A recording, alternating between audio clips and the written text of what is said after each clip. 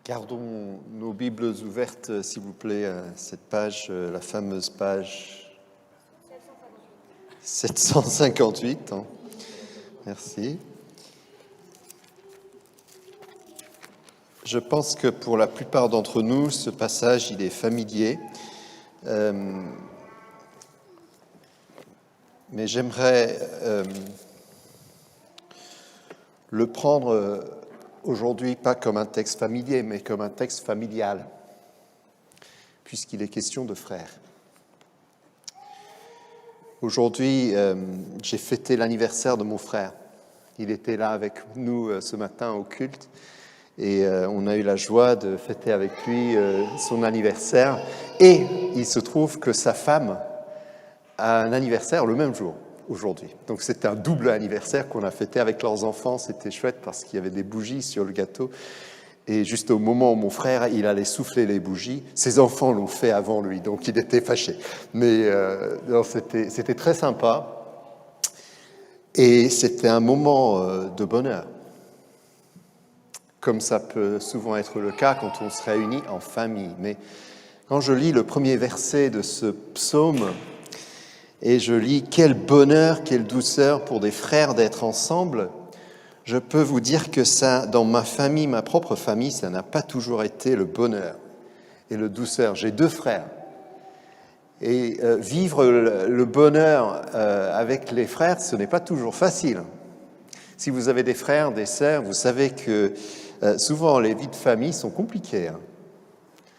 Donc oui, je le veux bien, quel bonheur, quelle douceur pour des frères d'être ensemble, mais ce n'est pas toujours facile. Mais ceci dit, aujourd'hui, c'était un moment de beauté, parce qu'il y a quelque chose qui réunit des frères et sœurs. C'est ce lien de sang qui fait qu'on sait qu'on a quelque chose en commun. Et du coup, on sait que ça vaut la peine de faire tous les efforts nécessaires. Pendant ces derniers mois, on a vu avec le confinement à quel point être ensemble peut aussi mettre de la pression sur nos relations, n'est-ce pas? Vous avez sans doute aussi, comme moi, lu des reportages qui font l'écho des ravages, souvent au sein des familles, entre époux, entre parents et enfants. Quand on est ensemble, ce n'est pas toujours facile. J'aimerais qu'on lise aujourd'hui ce psaume à la lumière de nos luttes, de nos réalités, pas simplement comme un poème qui est beau, mais aussi comme une invitation, parce que le confinement et ces derniers temps difficiles nous ont montré également à quel point on souffre quand on n'est pas en lien. Même si ces liens familiaux sont difficiles, on en a besoin, n'est-ce pas? On n'est pas fait pour être seul. On est fait pour être ensemble. Et quand ça fonctionne, quand il y a une fête d'anniversaire, où il y a un moment où on sent la proximité de la relation, on se dit, là, il y a la vie. Là, il y a quelque chose parce que je n'ai pas été appelé à vivre en autarcie, en autonomie. Je suis créé pour être en lien. Et même les non-chrétiens, même ceux qui autour de nous n'ont aucune croyance particulière, vont reconnaître l'importance du lien. On entend dans la société l'importance du vivre ensemble. On ne peut pas le faire seul. Et je pense que si le confinement nous a montré à quel point c'est peut-être difficile, on a vu aussi à quel point c'est nécessaire. Alors j'aimerais vous proposer cet arrière-plan, parce qu'il me semble que ce psaume nous instruit, il nous invite, parce que ce qui est vrai de la famille humaine, de nos familles, est tout aussi vrai des églises. Nous sommes frères et sœurs ensemble. Parfois, c'est difficile. Parfois, être ensemble, on est plus conscient de nos différences que de nos ressemblances. C'est vrai, tu fais signe de la tête. Mais quand on vit ensemble et on découvre ce lien qui nous est donné, là on se dit, mais c'est ça la vie. On n'est pas fait pour être seul. Beaucoup d'entre nous, la plupart, même tous, ont vécu l'Église par l'intermédiaire des écrans ces derniers temps. C'est bien la technologie, ça montre qu'on peut louer le Seigneur, on peut, et certains le font même ce soir, on peut prier, on peut chanter devant un écran. Mais il vient un moment où on découvre et on se rend compte que l'Église, ce n'est pas un écran, c'est un ensemble. Le mot « Église » veut dire « appeler ensemble ». Et le Seigneur, il a des projets pour nous dans la mesure où on est capable de les monter ensemble. Parfois c'est difficile, mais c'est toujours fécond. Donc chacun d'entre nous est appelé à faire partie d'un projet plus grand qui s'appelle l'Église. Mais j'ai envie de dire que ce qui est vrai d'une Église est aussi vrai des Églises. Combien il est plus facile et plus confortable de faire dans sa propre Église, sa propre communauté locale, et de ne pas penser aux autres communautés. Mais là encore, la règle, elle est la même. Le Seigneur ne nous fait pas pour faire à part, mais pour faire ensemble. Le psalmiste, il écrit, apparemment c'est de David, donc ça fait il y a 3000 ans que l'auteur écrit ces paroles. Mais qu'est-ce que les paroles, les mots qu'on entend par ce psaume sont actuels aujourd'hui? Quel bonheur, il dit, quelle douceur pour des frères d'être ensemble. Et le mot utilisé, la phrase utilisée dans ce psaume, c'est vraiment ça. L'hébreu nous donne être ensemble, ou vivre ensemble, ou même demeurer ensemble. Ce n'est pas l'action d'un instant, c'est un effort pour être, pour demeurer, pour marcher, pour partager ensemble. Difficulté, d'accord, nécessité, ok, mais il y a aussi beauté ici. Vous l'avez vu, hein? Le psalmiste, il est comme un bon poète, il est élancé par l'idée de ce travail d'ensemble. Il dit « quel bonheur, quelle douceur ». En hébreu, ça nous donne deux idées. Le bonheur, c'est ce qui est bon, ce qui est nécessaire. On est fait pour ça. Mais la douceur, c'est ce qui est beau, ce qui nous fait vivre. On aspire à ça. Donc l'unité, ce n'est pas quelque chose qui est seulement nécessaire mais difficile, c'est aussi quelque chose dont on a besoin. Quand on les découvre, on commence à vivre différemment. Quand on est en lien, tout d'un coup, il y a quelque chose qui s'allume en nous. Et on se dit, mais pourquoi on s'est tenu à l'écart tellement longtemps ? Comme beaucoup après le confinement, qui hésitent avant de se retrouver en communauté, mais quand ils le font, ils se disent « Ah, j'avais oublié à quel point c'est magnifique d'être avec des gens, à quel point c'est bien de s'écouter mutuellement, de prier ensemble, d'être là l'un pour l'autre. C'est beau. » Nous avons ici un poème qui célèbre la beauté de l'unité.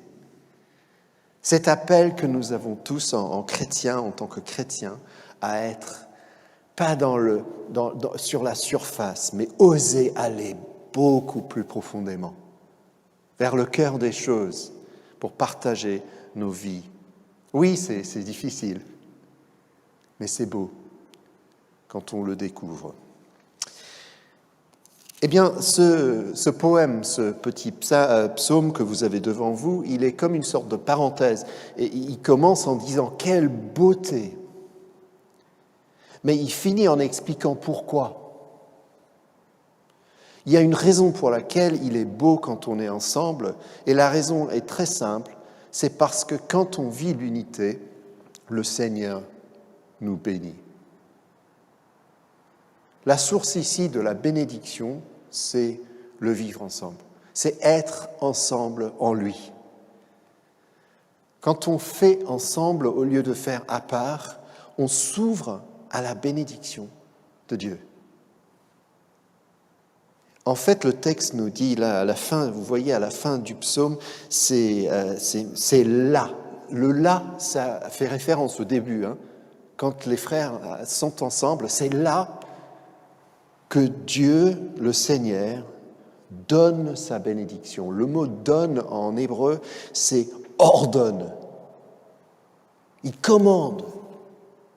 Il veut bénir. Nous avons un Dieu qui veut la fécondité. Il veut l'abondance. Il veut la vie. Il veut encourager l'amour, la vie dans tous ses sens. Et la porte qui ouvre la possibilité d'une sorte, pour lui, de déverser sur son peuple et son monde cette vie abondante, il semble, c'est lorsque son peuple ose vivre l'unité. L'unité, c'est donc une clé. C'est intéressant. De temps en temps, j'utilise ce psaume quand il est question de préparer les couples au mariage. Et je les accueille et je leur dis, est-ce que vous voulez être bénis ? Et en général, ils disent, on est là pour ça, on veut une bénédiction de mariage, donc on est là pour être bénis. Non, je leur dis, non, pas juste comme une sorte de cérémonie, mais est-ce que vraiment vous voulez vivre en couple béni ? Est-ce que vous voulez recevoir tout ce que Dieu a pour vous ? Et en général, ils disent oui, heureusement. Sinon, ils ne seraient pas là pour se marier dans l'Église. Et après, on regarde ce texte, et je leur dis, vous savez, selon ce texte, la clé pour être béni en couple, c'est l'unité. C'est de vivre ensemble.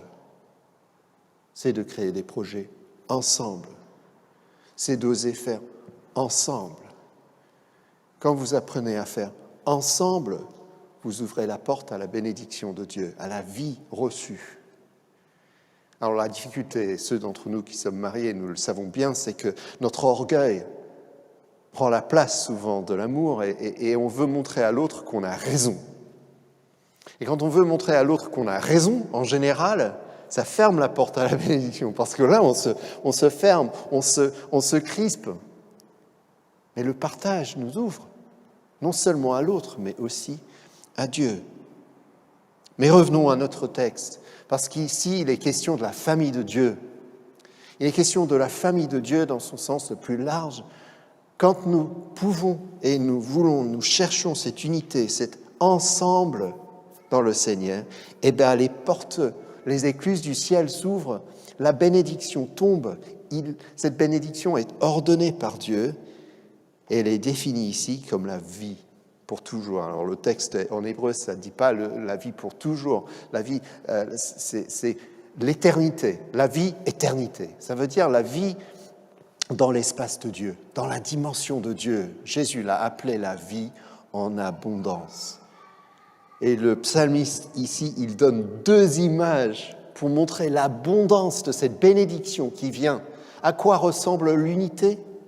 Quand elle est vécue sous le regard de Dieu, eh bien, elle ressemble ici à deux images de fécondité, d'abondance, de joie, de débordement. La première image qui est utilisée, vous l'avez là au verset 2, c'est comme l'huile parfumée sur la tête d'Aaron qui descend jusqu'à sa barbe, jusqu'au bord de ses vêtements. Alors vous allez vous dire, l'huile qui descend comme ça fait pas très beau. Mais à l'origine de tout ça, en fait, c'est l'idée d'un accueil. À l'époque, quand on accueillait quelqu'un chez soi, on versait sur eux de l'huile parfumée. Vous vous souvenez, Jésus, à un moment donné, il critique les pharisiens qui ne l'ont pas fait pour lui et ses disciples. mais on le fait pour rafraîchir l'invité, pour le mettre à l'aise. Mais par extension, cette image, elle est surtout utilisée dans l'Ancien Testament pour décrire la consécration des prêtres, dont Aaron est l'image clé.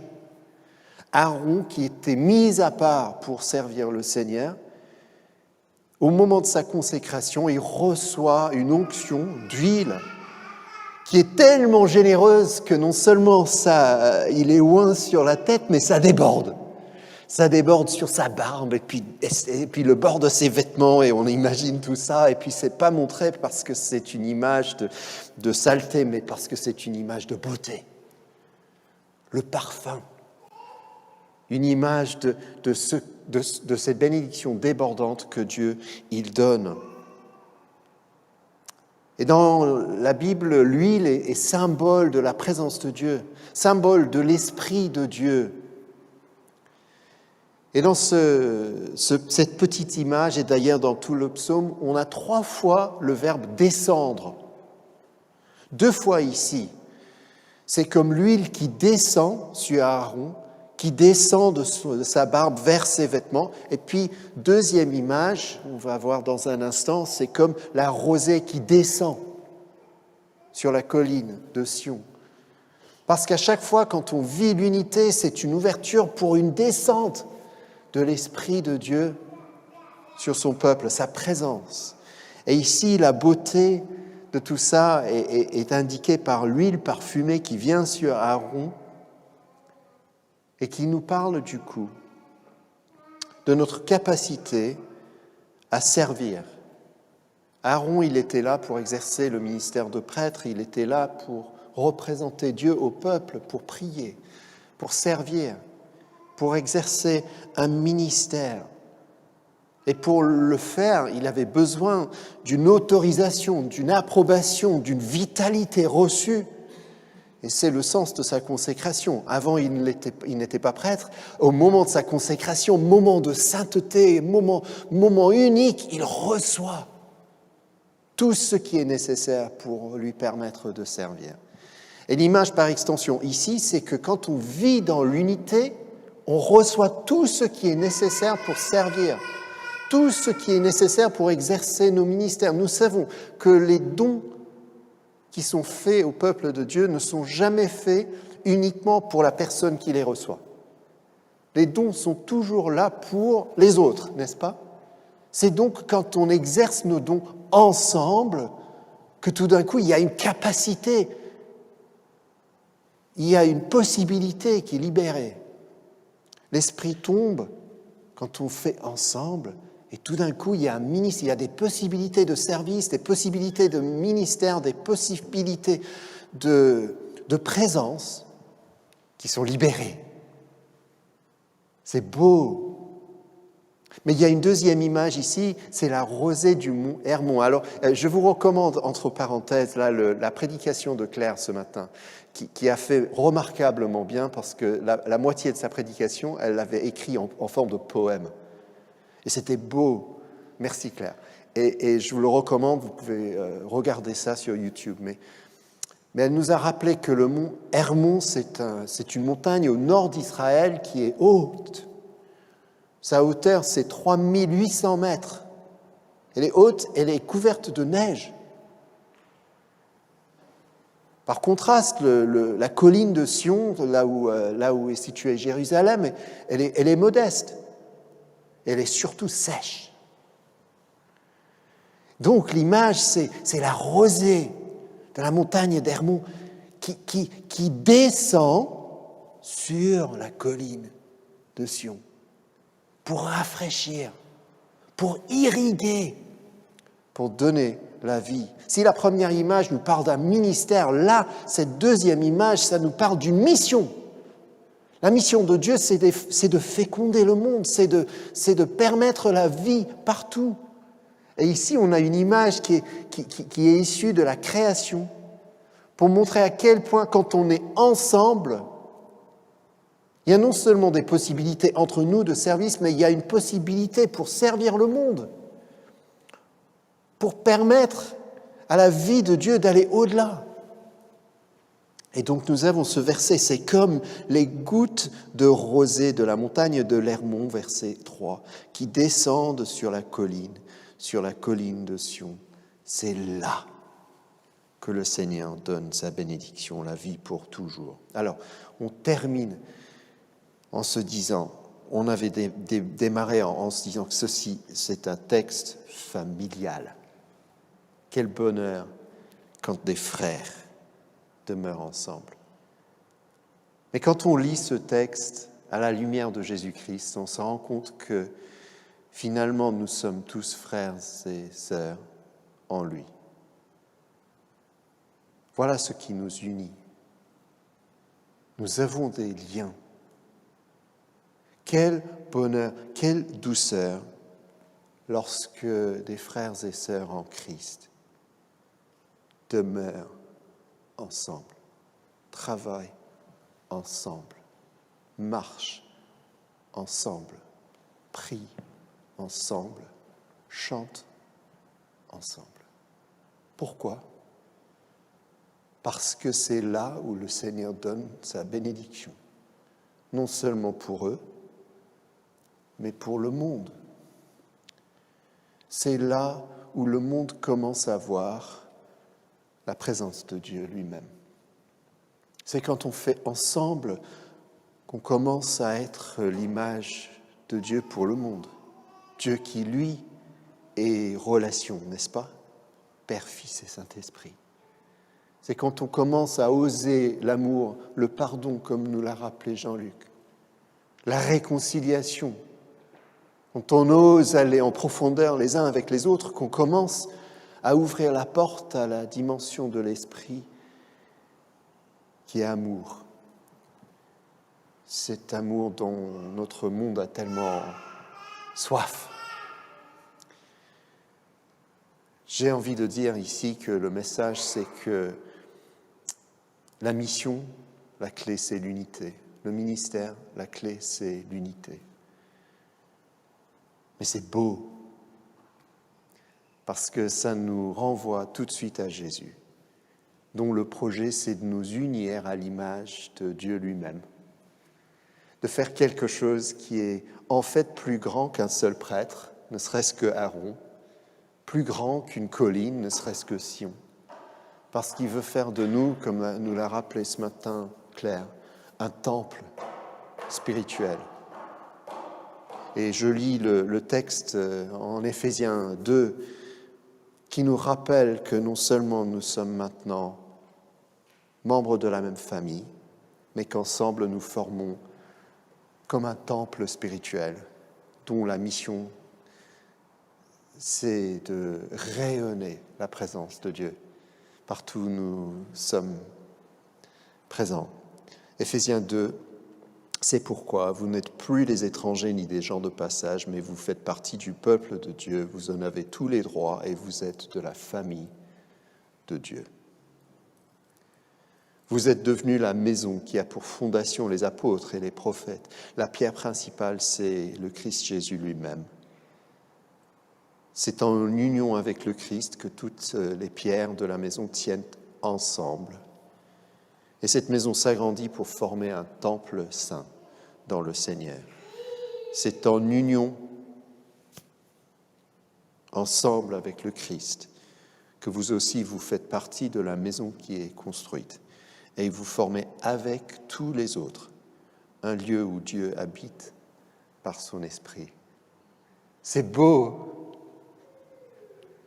C'est comme une lumière. C'est une image, c'est un appel, c'est un témoignage. C'est la présence de Dieu avec son peuple dans le monde. Et ça se passe quand nous, frères et sœurs, sommes unis en Christ et ouverts à la bénédiction de son esprit. Merci Seigneur pour ta générosité. Donc, quelles que soient aujourd'hui nos origines, catholiques ou protestants. D'ailleurs, je suis pasteur protestant aujourd'hui. C'est comme ça que tu m'avais. Voilà, je suis pasteur dans l'Église protestante unie aussi. Mais quelle que soit notre origine ecclésiale, quelle que soit notre culture, quelle que soit notre âge ou éducation. Nous sommes tous frères et sœurs en Christ. Chacun important, chacun avec une clé. Et cette clé, c'est de faire ensemble pour que le Seigneur nous bénisse. Je termine avec une prière, si je peux. Et c'est une prière que je tiens de ce livre que j'aime beaucoup, qui s'appelle « Livre des prières de la Société luthérienne de France ». C'est donc une prière luthérienne.